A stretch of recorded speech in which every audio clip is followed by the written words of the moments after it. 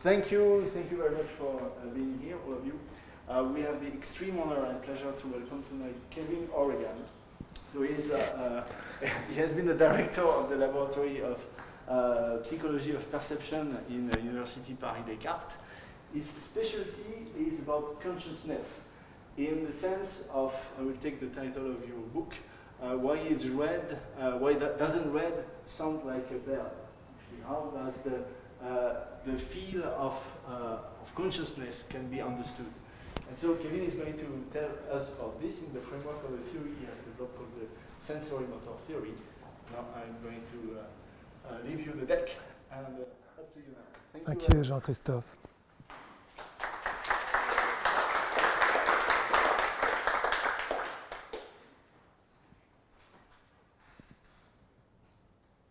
A clipping from the Daily Mail. Now, the first robot able to feel emotions and form bonds with humans that look after it. Now, do you really believe this? You're laughing. You should know. You build the now. But you seem to doubt. In fact, the author of this article in the Daily Mail also doubts. He actually says, now has been designed to mimic the emotional skills of a one-year-old. Probably very few people believe that a robot will ever be able to have the emotions of a human. Most people are wrong. There is nothing to stop robots from having real feels. That's what I'm going to try and convince you. Let's see why most people think there's a problem. Let's try and see how most people would go about making a robot that really feels something. For example, how would we build pain into a robot so that it really hurt the robot? For inspiration to solve the problem, let's look at how pain occurs in humans. You touch your finger to the burning fire, information goes up the afferent pathway up into the integrating center in the spinal cord, and then after a few synapses it's sent back down to the muscle and your finger jerks off the heat. Now of course that is just an action-reaction loop. That doesn't give us the pain, does it? You could easily build this into the robot, but would that make it hurt? Obviously not. Something more is needed. And undoubtedly that's why the information has to go up to the brain. So let's look in the brain and see what the secret is that generates the actual hurt. These are the brain centers involved in pain sensation. There's complicated circuitry here. There are many brain centers involved, connected in complex ways. Furthermore, there are chemical pathways involving neurotransmitters, such as serotonin and norepinephrine. But all this is just chemical circuitry or electrical circuitry. How could chemical or electrical circuitry, in fact, how could any physico-chemical mechanism give rise to the hurt of pain? There seems to be a fundamental problem here in creating the hurt of pain. Let's leave pain aside for the moment and look at perhaps a more basic question. Color. What makes us feel colors the way they are? What makes red feel red rather than green? Let's look in the visual system and see whether we can find the answer. We know that in the retina, there are three types of photoreceptors called cones, L, M, and S, sensitive to long, medium, and short wavelength bands of light. And these are packed densely on the retina. That's what gives color sensation. Higher up in the visual system, these three color signals are recombined in different ways to give two color channels and one luminance channel. The color channel gives you a signal that's proportional to the equilibrium between red and green, and a signal that's proportional to the equilibrium between blue and yellow. Now, thinking about it this way, you would expect that if you wanted to get a pure sensation of red, well, what would you do? You would expect a pure sensation of red would occur when the red-green channel is maximally activated in the red direction. and the blue-yellow channel should be activated in the neutral position. There should be no activation. Unfortunately, that's not what happens. In order to see pure, unique red, it turns out you've got to add some excitation in the blue-yellow channel. So something is wrong. Furthermore, to feel that you're seeing a unique blue, which contains no green or red, only blue, it turns out you've got to have some green activation, in fact. Unique blue is not given by just activation in the blue-yellow channel. Something is wrong. Well, let's go look up in the brain and see higher up in the brain. Maybe there's the answer. The retina is down here. There's a lot of complex circuitry going on in the rest of the brain. These are all the different sub-areas in what's known about the visual cortex. V4 is the area which people usually think is mainly concerned with color perception. Now clearly V4 will be activated in one way when you see red and another way when you see green. Now what is it about the activation in V4 that gives you that red sensation rather than the green sensation? Could it be something about the frequency of oscillations? Something about the connectivity, the reverberations? Could it be something to do with the neurotransmitters that are different between red and green? If it was any of those things, you could ask, well, what is it about the neurotransmitter that gives red, that makes it give red rather than green? And if you said it was in the nitrogen atom in that neurotransmitter, then I could say to you, well, what is it about the nitrogen atom that gives you red rather than green? There's an infinite regress of questions. Whatever mechanism you propose or find in the brain that's going to give you the answer, I can always ask you, what is it about that mechanism that gives you red, not green? There's a fundamental problem here in understanding what gives the redness of red. In fact, there's an even deeper problem, and that's the problem of sensory presence. Consider the feeling of redness. It feels like something to you. It doesn't feel like nothing. But if you think about redness, then there's no feel. It has no sensory presence. What is it about the brain areas concerned with thinking that doesn't give you that sensory presence that you have when you have sensory feel? Or the other way around, what is it about the sensory areas that give you that sensory presence that you don't have, that you don't have with thinking? And look at autonomic functions in the nervous system, like the sensory circuits that control the degree of glucose in your blood, or oxygen in your blood, or the chemical metabolism in your liver, for example. These are complex sensory systems, and yet you don't feel them. They have no sensory presence like the redness of red. And yet they're big areas in the brain that are dealing with this. What is it about the areas dealing with red that gives you that sensory presence that is not there in the areas to do with blood glucose concentration? And if you give me an answer, and you say, well, it's the neurotransmitters, or the connectivity, or something about the quantum gravity effects in the microtubules, which is one thing that's actually been proposed, I will ask, well, what is it about those quantum gravity effects that gives you the feel of red? And there's the infinite regress of questions. There's a fundamental problem. And that is why people think that robots will never feel, because they've got themselves into a way of thinking that leads to these problems. And the problem is called by the philosopher the explanatory gap. There seems to be no way of explaining feel in terms of physico-chemical mechanisms known to man. There's no way of making the link between physics and experience. I've given you the example of color, no way of making the link with physiology. I've given you the example of sensory presence. There's no way of making the link with physiology. There's no common language. That's the explanatory gap. What I think is that this is a big confusion. It's to do with the way we're thinking that's gone wrong. Let's think back to what happened at the beginning of the 20th century with regard to the problem of life. People were having similar problems with regard to the problem of life. There were the vitalists who thought that life was something special that was imbued into organic systems by a so-called élan vital, or vital spirit. Today we know that that was the wrong way of thinking about life. Life is not the kind of thing that is generated by certain organic systems. Life is simply a word that describes the way certain systems interact with their environment. Maybe we could make progress with the problem of feel and consciousness by taking a similar stance with regard to that. Supposing we thought about feel in a new way, and we thought that the quality of the feel is not something generated by special brain mechanisms. Let's imagine that the quality of a feel is just a word. It's a word that describes the way we interact with the environment. Now that doesn't make much sense, of course, at first. But let me give you an analogy, which maybe does make more sense. Oh, sorry. So I'm suggesting we take this view.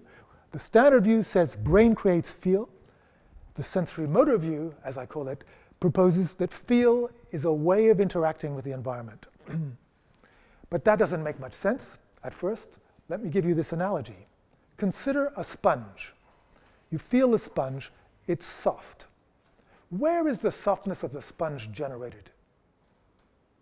That's a stupid question. Softness is not generated at all. Softness is a word that describes how soft things behave when you press on them. They squish. Softness is a sensorimotor law. It's a law that describes the relation between your actions and the sensory input that you get when you do those actions. Now that makes sense with softness. But can we extend this idea to all sensations, to red, to pain, to the taste of onion? That is the bet of the sensorimotor theory. So let's see if we can make this work for color. Remember, I asked you, how do you explain the fact that pure red, unique red, is not created by activation of the red-green channel in the red direction, but requires a bit of yellow? Can we explain that using the sensorimotor approach? Yes, we can. I'm going to show you how to do it. But first, we need to think about redness and color in general, not in terms of activation of neural networks, but in terms of things we do. Now it seems odd. You look at a light, there's nothing you do. You don't have to do anything to see the redness of the light, is there? But there is a way of thinking about it. Think not in terms of lights. Think in terms of surfaces. Take a red piece of paper. Move it around under different lights.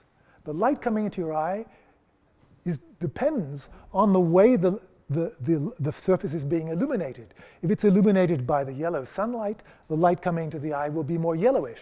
If it's illuminated by the blue skylight, the light will be more bluish. Redness is not the light coming into your eye. When you look at a red surface, the light coming into your eye is not red.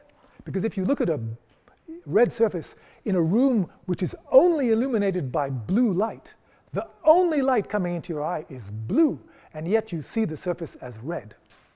So what is red? Red is not the light coming into your eye. Red is a law that describes how surfaces change the incoming light. What is absorbed, what is reflected. That law is what describes color and characterizes color. Red is the way red things change the light. It's not the color of incoming light. So let's see how we can make a mathematical model of this sensorimotor approach to color. And it turns out to be very easy. As I said, color is sensed by these three photoreceptor types, L, M, and S cones. If you look directly at the illuminant, you will get a certain amount of activation in the L, M, and S cones that can be described as a point in a three-dimensional LMS space. The light lands on the surface and is reflected. Some of the light is absorbed, some of it is reflected. And if you look directly at the reflected light now and measure the amount of activation in L, M, and S cones, you now have another point in the LMS space. So a color is a law that describes how incoming light in the LMS space is transformed to outgoing light in the LMS space. And it turns out that the law can be very accurately described by a 3x3 matrix. It's a consequence of the linearity of the physics of the situation. So I can go through colors And I can actually calculate mathematically from first principles using databases that I find on the internet, for example, about the reflectances of these surfaces. I can calculate the 3x3 matrix for each of those surfaces. So that's what we did. And what did we find? Well, there are lots of numbers, obviously, but we looked carefully at those surfaces, at those matrices, and we found something interesting. Among all those matrices, there were some which had the property of being singular.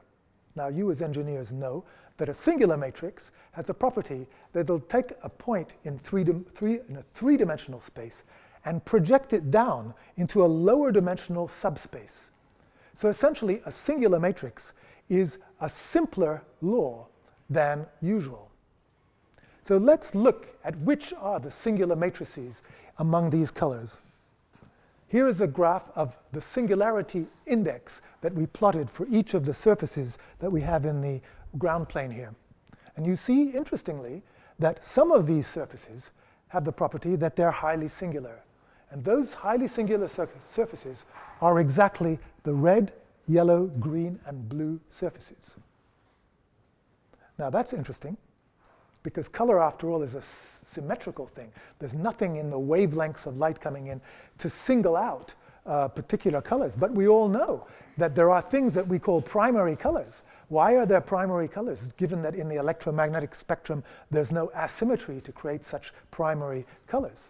Here we're looking at something about surfaces that suggests there is an asymmetry here due to the way the brain interacts with surfaces.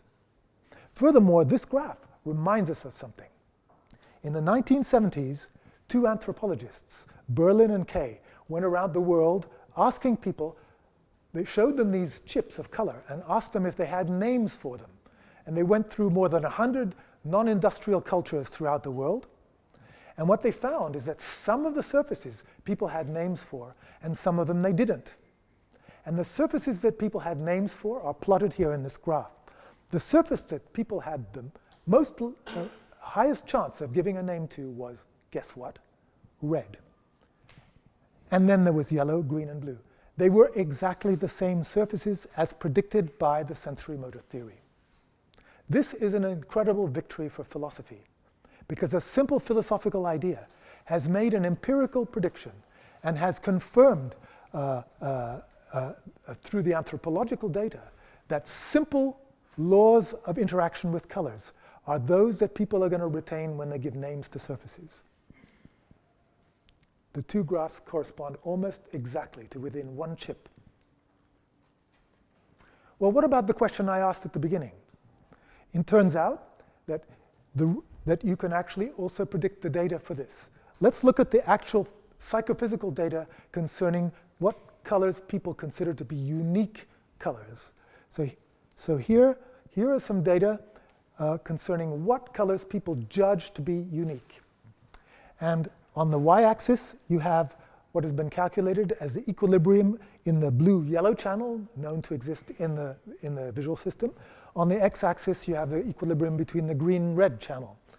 The dots in this graph are the colors, are the excitations in these channels that are known to produce unique hues, unique colors, colors that are considered to be pure in the sense that I was describing. So these dots here correspond to people who have judged that if you excite the channels in these ways, this color is seen to be unique red. And these are unique blue, unique green, and unique yellow.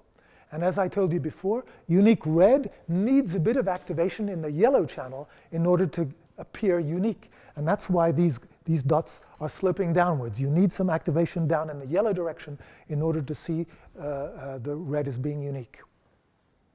And the same is true for blue, yellow, and green, which are not vertical and horizontally displayed, but they're off the vertical and horizontal, which is contrary to the prediction that the neurophysiologists would make. But look at the black lines. The black lines are the predictions of the sensorimotor theory. They are exactly on the data, with no parameter adjustments whatsoever. Pure philosophy has given exact empirical predictions. Another victory for philosophy. So I've shown you how the sensorimotor approach, a simple philosophical idea, has enabled us to make interesting predictions that were confirmed as regards color. I want to go on now to talk about the question of sensory presence. So remember, sensory presence is the fact that sensory feels like red or the taste of an onion or the sound of a bell have this sensory presence as opposed to thoughts and autonomic functions in the nervous system, which have not such a strong sensory presence. With the sensorimotor theory, in order to explain this, we have to explain it in terms of sensorimotor laws of interaction with the world. So we have to look at the laws that describe what we're doing when we're seeing red or tasting an onion that are different and explain this sensory presence compared to the laws that govern our interaction with the world when we're thinking or when autonomic processes are going on in the nervous system. And I don't have time to go into the details, but if you look at the laws that are obeyed when you're actually interacting with the world and sensing something with your 5 classical sense modalities, hearing, seeing, tasting, smelling, and touching, then it turns out that there are 3 laws that obtain for those sensory systems, and I call them bodyliness, insubordinateness, and grabbiness. I don't have time to go into the details. Let me just look at grabbiness. Grabbiness is the fact that sensory channels can incontrovertibly capture attention. So if I make a big noise, your attention will be immediately attracted to the noise. If there's a flash of light or a pungent smell, your attention cannot but be attracted to this sudden change. Okay? So here's an example in vision. You see here that there's a change occurring in the picture. You have no doubt that when you look at a picture like this, you see everything in the picture. And the proof that you really are seeing everything is the fact that if anything should change, well, it pops out and you can see it. This is the grabbiness of the visual system that lets you believe that you are seeing everything in the picture. But it's possible to remove the grabbiness. Here, I'm making a change in the picture by changing the picture so slowly that the grabbiness of the visual system is not being excited. And so your attention is no longer attracted to it. So you're looking at this picture. You think you see it all. But I have proof that you do not see all of the picture. You only see the bits that you are attending to and the features of it that you're attending to. Because what you see now is quite different from what was there a few seconds ago. It's been changing very slowly, so your attention has not been grabbed by it. I don't know if you've noticed the change. I'll go back to the initial picture. There. So you see almost a third of the area of the picture changed without your seeing it. So this is a phenomenon called change blindness, which was a prediction of the sensorimotor theory, which was confirmed in my work with Ron Rensink on change blindness. And there are different ways of doing change blindness. Change blindness has now a big literature in psychology. So change blindness is an example showing the importance of grabbiness in creating the impression of seeing. We don't see everything around us. Seeing is a sort of illusion, and it's maintained by the grabbiness of the visual system, which gives us this feeling of visual presence. The visual presence is partly due to the grabbiness that occurs when we have sudden changes that attract our attention. Actually, we don't see everything in front of us. There is no internal replica of the outside world, which is somehow active in order for us to see. We only see at any moment what we are currently somehow cognitively manipulating. That's the idea. So that was another prediction of the sensorimotor approach. So I'm not going to have time to go on to 2 other predictions of the approach, sensory substitution and the rubber hand illusion. You can go and look in the literature on that. I want to talk about space. So think of the brain sitting inside the dark cavity there. It has no idea what's outside of it. It has neural inputs, it has sensory inputs, it has motor outputs going out.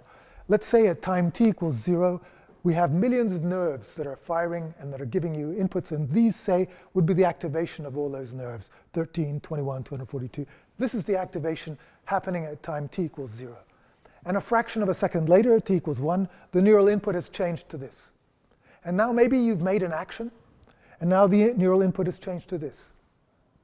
That is all the brain knows. It doesn't know that there's space out there. It doesn't know it has that there's a body attached to this brain. A priori, the brain knows nothing.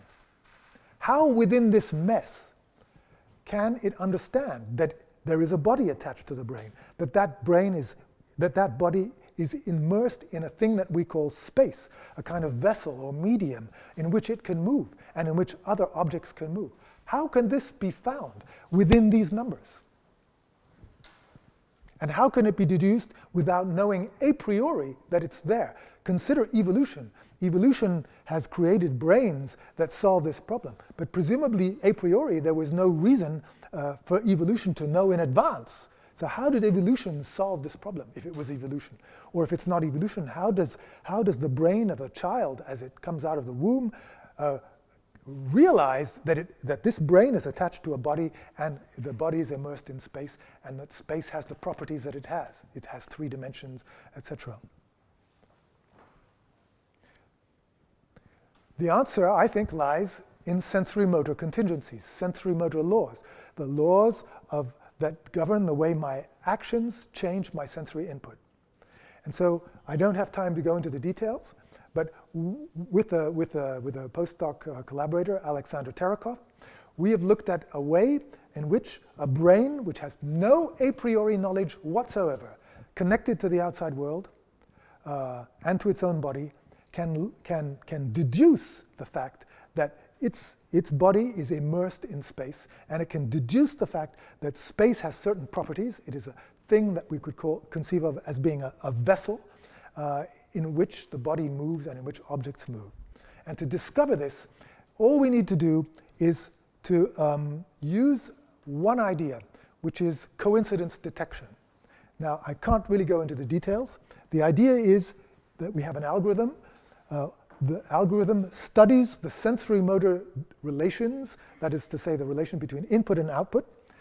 The agent, it could be an animal or a robot, makes random actions.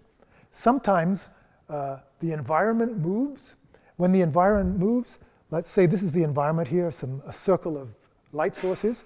The environment can move either making a non-rigid deformation, or the environment can move and make a rigid translation, for example. It can have different kinds of changes in the environment. And what the algorithm does is it registers cases where sensory input is the same. So it detects coincidences in its sensory input. And then it makes a map between corresponding values in the motor output or in the proprioceptive values. And it creates what we call a function phi. This function phi is a map from proprioceptive space to proprioceptive space, or we could say it in another way, from motor space to motor space, that links cases where you have the same sensory input at a given moment. And it turns out, and Helmholtz and Poincaré had pointed this out back at the end of the 19th century, that such cases correspond to rigid displacements of the agent within the environment, or of the environment itself.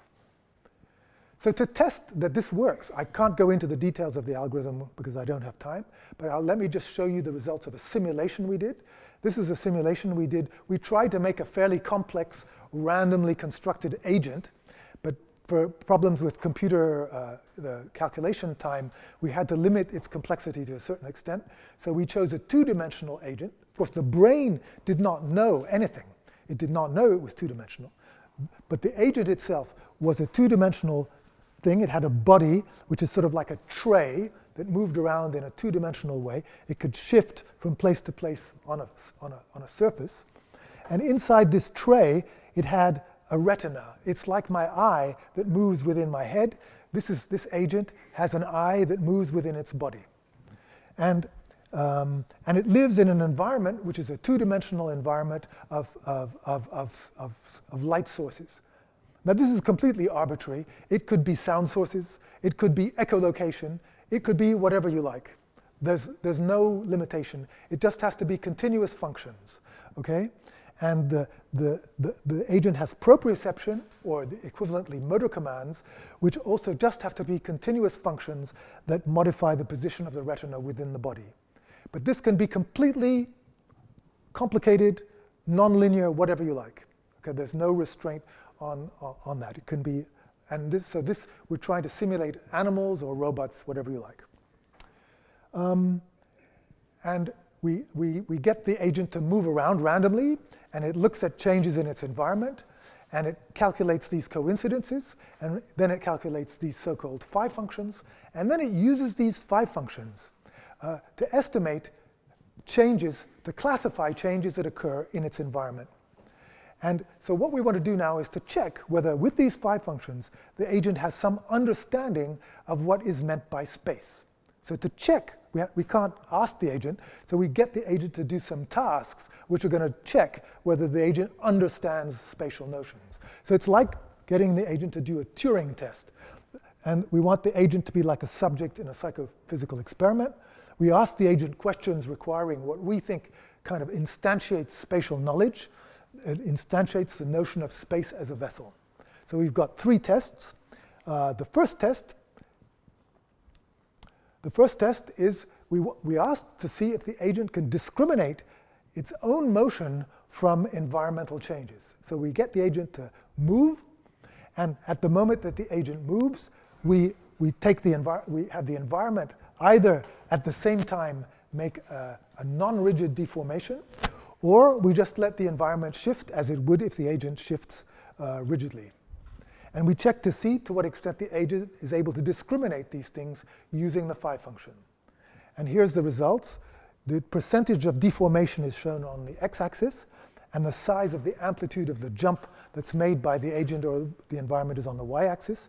And you see that here this dark area shows a probability near 1 of the agent correctly judging that there has been a rigid displacement and discriminating, therefore, changes that are due to its own motion from changes that are due to environmental changes.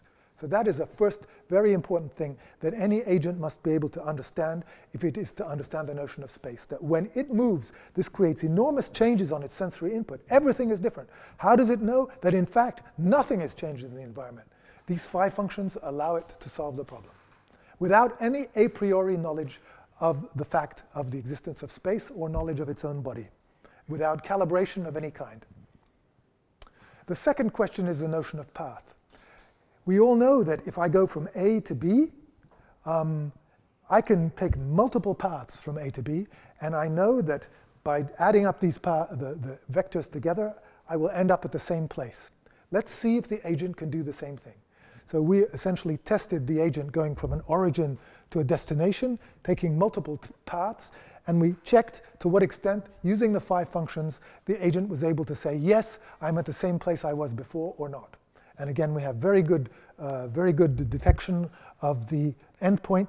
The detection decreases a little bit when it makes long or paths with many segments, which is what happens with humans. So it's got a good notion of path. And the third test is a notion of displacement.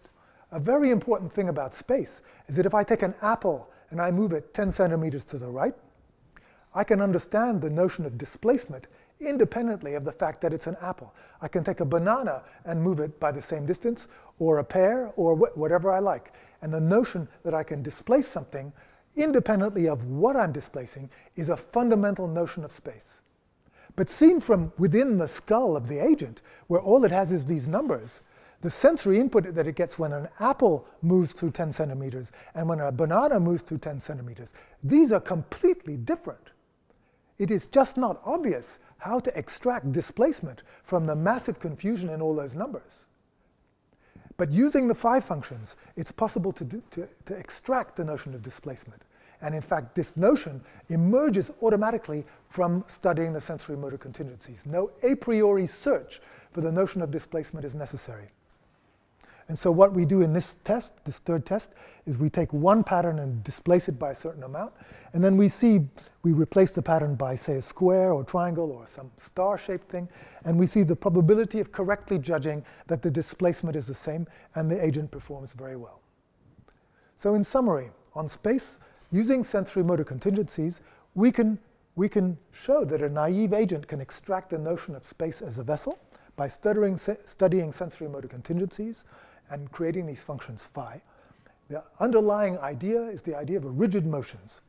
And these rigid motions are independent of the agent and the environment properties and the sensory and motor codes. This will work no matter what the agent is, no matter how the motors are constructed or calibrated, and no matter what the sensors are, echolocation, whatever you like. What's important in all this, it shows the intimate link of the notion of space with action.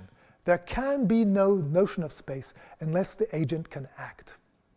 Action is the underlying cause of our understanding of the notion of space.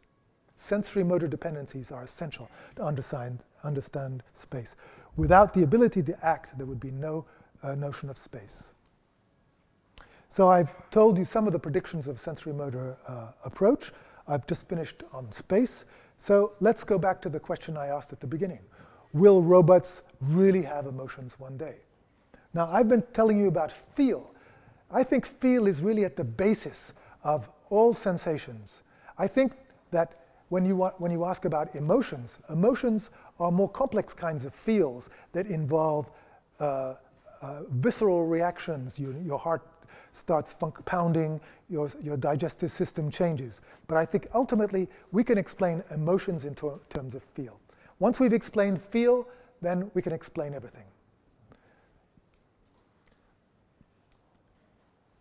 So the sensorimotor approach suggests that we can explain feel if we take the new idea that feel is a way of interacting with the environment. This way of thinking about feel has allowed us to explain how feels differ between themselves and how they have a thing that we call sensory presence.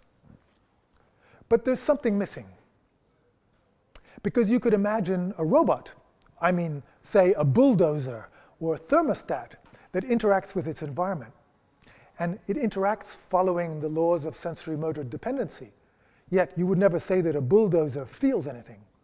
You need something more. You need some kind of higher level cognitive access to the fact that the agent is involved in interacting with the world. But I think this attending or cognitively accessing, and even you need a notion of self. These things, I think, are the easy part of consciousness. The philosophers consider that there's no logical objection to making machines or artificial intelligence devices that have this kind of cognitive notion. So I'm going to leave that to you, dealing with this higher level cognitive access. But once you have the higher level cognitive access that is sufficiently advanced, then all you need in order to have feel is just interactions with the world. So I think, will robots really have emotions one day? Yes, once they have cognitive access, then we can make emotions. And yes, I think this is coming in the next 20 years. And if you're interested in this approach, you can read more about it in my book, which came out with Oxford University Press in 2011. Thank you.